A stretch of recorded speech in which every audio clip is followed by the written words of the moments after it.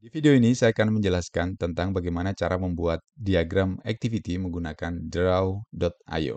Teman-teman bisa melakukan pembuatan diagram ini menggunakan draw.io melalui browser laptop atau PC kita. Kemudian nanti akan diarahkan ke satu halaman apps diagram.net begini. Dan ketika kita pertama kali mengakses situs ini, ada opsional atau pilihan untuk membuka existing diagram ataupun membuat baru, begitu ya. Nah, kemudian di sini ada juga pemilihan untuk storage-nya. Jadi ini yang saya pilih adalah storage untuk device. Jadi penyimpanannya ada di laptop saya.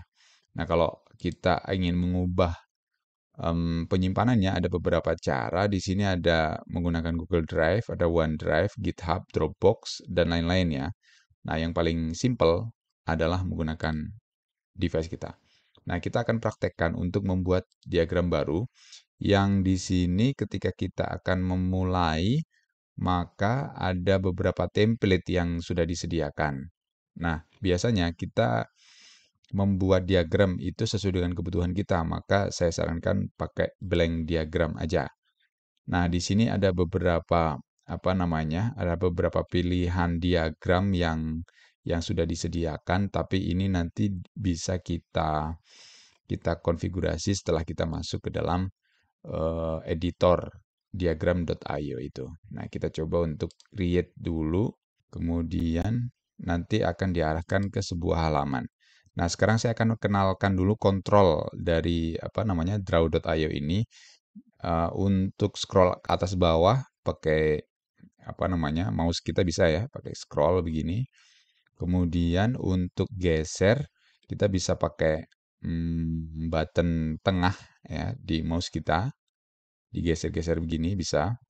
Kemudian untuk zoom kita bisa pakai tekan kontrol di keyboard kita, kemudian di scroll ya, scroll begini. Nah, dia akan zoom. Zoom, tekan lepas scrollnya, kemudian bisa digeser kanan kiri gitu ya.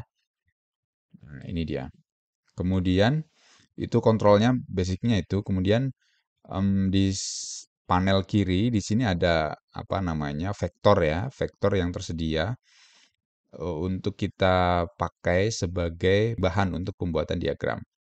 Kemudian di sisi kanan ini ada style, diagram dan style. Jadi untuk mengatur style dari diagram yang kita bikin gitu ya.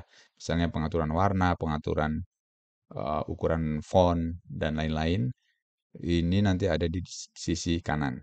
Yang akan kita praktekkan adalah activity diagram. Ingat ya, activity diagram itu adalah salah satu dari tipe UML atau Unified Modeling Language. Maka di sini ini ada tipe-tipe diagram ya yang bisa kita pakai. Ada flowchart, ada arrows, ada entity relation gitu ya, dan seterusnya. Usahakan pakai bentuk-bentuk yang sudah disediakan di dalam diagram yang kita pakai gitu ya. Karena setiap nama diagram nanti dia punya punya aturan sendiri-sendiri gitu ya. Contohnya misalnya nih UML ya. UML maka di sini akan disediakan semua notasi yang tersedia di UML. Tapi kalau misalnya ini belum masuk di sini gimana caranya? Nanti bisa teman-teman klik di More Sharp ini ya, nanti diaktifkan beberapa diagram-diagram yang tersedia di sini. Nah, berikutnya kita akan buat langsung ya, activity diagram itu seperti apa. Kita akan cloning gambar ini menjadi diagram kita sendiri, dibuat menggunakan draw.io. Nah, pertama kalau mau membuat swim lane begini, maka pertama kita akan bikin dulu sparasinya atau swim lane-nya. Di sini swim lane itu tersedia di BPMN. Kita cari ya di BPMN 2, di sini ada swim lane. Nah, ini ya. Ini dia ada swim lane begini di BPMN. Kita cek BPMN, kita apply. Nah, kita cari dulu BPMN General. Oke ya, di sini ada swim lane. Poolnya di atas begini ya. Nah, ini sesuai dengan kebutuhan kita sebenarnya. Nah, kita masukkan swim lane-nya dulu di sini. Oke, kita drag ke sini. Nah, kalau mau mengurangi lane-nya gimana? Misalnya cuma 2 ya, kita hapus aja satu ini. Nah, dia akan otomatis apa namanya menambahkan ya. Kalau mau menambahkan gimana? Kita Ctrl D ya misalnya, Ctrl D duplikat gitu. Ini line 2-nya akan terduplikat. Nah, gini ya. Oke, kita hanya butuh satu, jadi hanya butuh tiga ya. Jadi sudah kita apa namanya pakai saja tiga. Perlebarnya kita pakainya di dalam ya, di dalam yang diperlebar dia sudah akan menyesuaikan secara otomatis. Begini ya. Oke, kira-kira begini. Kemudian yang pertama kita akan bikin dulu salesperson di sini ya. Tinggal kita apa namanya zoom aja. Tadi zoom adalah kontrol, scroll begini. Nah, kita klik double di teksnya, kemudian ada tadi adalah salesperson. Salesperson. Kemudian yang kedua adalah konsultan. Nah, kemudian kita baru masukkan apa namanya notasi UML yang diperlukan. Pertama kita akan pakai apa namanya start ini ya. Start kita pakai ini, start ya sudah tersedia di sini, tinggal kita drag aja di sini. Oke. Kemudian di sini ada activity diagram, di sini sudah tersedia ya, composite site. Ini ada activity, mari kita drag aja ke sini. Oke, kita sambungin apa namanya panahnya. Ini begini ya. Kita gambar dulu nggak apa-apa. Kemudian di sini ada conditional. Conditional itu pakai yang ini ya, conditional. Kita drag aja di sini. Terus kita sambungin dulu, nanti kita rapikan bareng apa namanya di akhir boleh.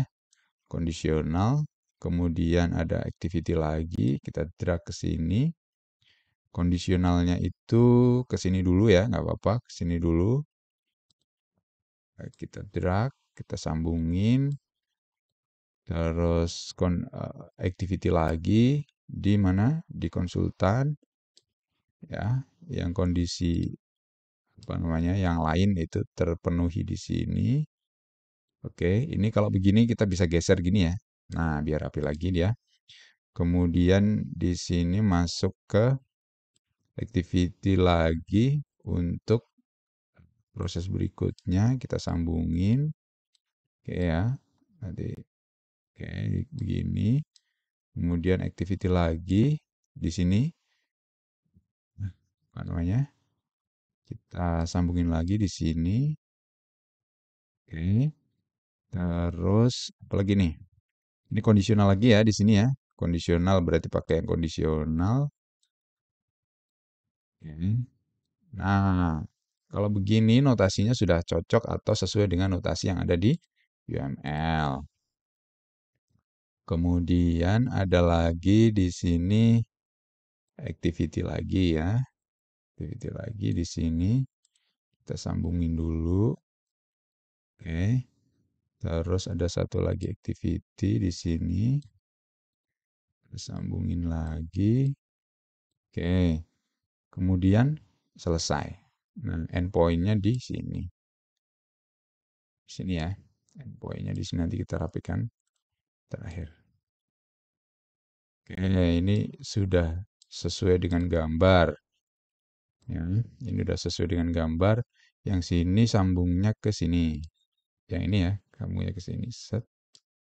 Kita rapikan. Biar. Oke. Nah, ini dia udah jadi ya. Udah jadi. Oh, sorry. Ini kondisionalnya belum. Ini kondisionalnya ke N. Oke, kita rapikan lagi. Set. Nah, kita ganti teksnya. Ya, dari sini apa ini? Call client and set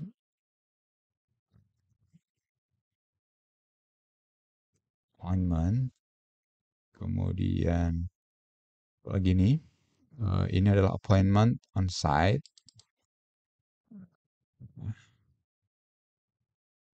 Appointment on site ya. Oke, di sini. Ini bisa kita geser ya. Jadi teks ini bisa kita geser apa namanya sesuai dengan keinginan kita ya di mana gitu. Keterangannya. Kemudian appointment ya, appointment of site. Oke, ini condition. Kemudian ini apa ini? Ini sudah jadi ya, sudah jadi. Nah, kita bisa melakukan styling ya. Saya bilang tadi ada styling di sini. Misalnya untuk apa namanya tipe garisnya. Jadi misalnya ini ya, ini kan siku nih, siku. Kita pengen dia tidak terlalu siku, ada roundnya gitu. Jadi stylenya kita bisa apa namanya style cornernya atau style style line-nya itu bisa ada beberapa pilihan, ada round, ada curve ya. Ada round misalnya pakai begini. Nah, ini nanti jadi ada round-nya di sini ya. Biar apa namanya mungkin secara estetika lebih oke gitu ya. Nah, kita bikin round di sini. Nah, gini kita bikin round. Oke, gitu ya. Kemudian eh, warna ini juga bisa diganti ya ini ya untuk line-nya di sini. Tebelnya terus apa namanya? Dia tipenya sketch atau shadow gitu ya. Nah, ini. Nah, ini misalnya untuk apa namanya? Untuk stylenya atau glass gitu misalnya dan seterusnya. Stylenya nanti bisa diatur-atur sendiri ya, tapi yang penting secara notasi benar gitu ya. Kemudian di sini juga ada pengaturan teks ya, pengaturan teks di sini. Misalnya tentang ukuran fontnya, nih ya, kita kecilin misalnya gini ya, eh, dan seterusnya. Kalau kita pakai swimlane, ini tipenya adalah kontainer, jadi kalau misalnya kita geser-geser begini nanti isi di dalamnya itu juga akan otomatis mengikuti kontainernya gitu ya. Jadi kita tidak perlu melakukan grouping macam-macam sebagainya. Nah, kemudian tahap terakhir kita akan melampirkan ini di sebuah dokumen lain ya, misalnya di Microsoft Word atau di Google Dokumen dan lain-lain sebagainya. Maka kita perlu melakukan ekspor dari diagram yang sudah kita bikin. Ada beberapa cara untuk ekspor, tapi yang paling gampang untuk melakukan ekspor adalah begini ya. Kita klik dulu, kita seleksi dulu di sini semuanya. Kemudian kita pilih file di sini.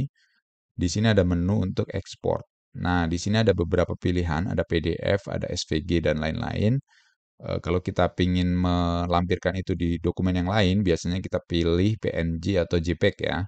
Kita pilih PNG misalnya begini, nanti ada beberapa pilihan. Yang perlu kita pilih itu adalah select only. Jadi yang nanti akan diekspor itu adalah bagian yang kita seleksi aja, gitu.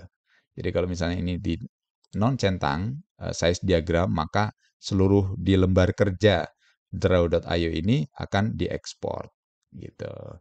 Nah, kita pilih begini ya. Kemudian di sini ada transparan background atau enggak gitu ya, ada grid atau enggak, shadow atau enggak dan seterusnya. Saya biasanya hanya melakukan seleksi aja di selection only ini ya. Jadi kita mengekspor yang kita seleksi aja. Dan ekspor begini. Nah, kita namai apa namanya kecuali yang belakang ini jangan diedit ya. Misalnya activity diagram example. Kita save, kita demonstrasikan gimana caranya dia mengimport dokumen yang sudah kita bikin. Sisipkan gambar upload dari komputer. Nah, di sini gambarnya udah bagus ya, karena tidak menggunakan screenshot gitu ya. Kita pakai ekspor dari alat yang dipakai untuk membuat diagram. Begitu. Oke ya, itu adalah satu tutorial sederhana untuk membuat diagram activity menggunakan draw.io. Sudah lengkap sekali dan gratis. Kita bisa pakai itu secara bebas.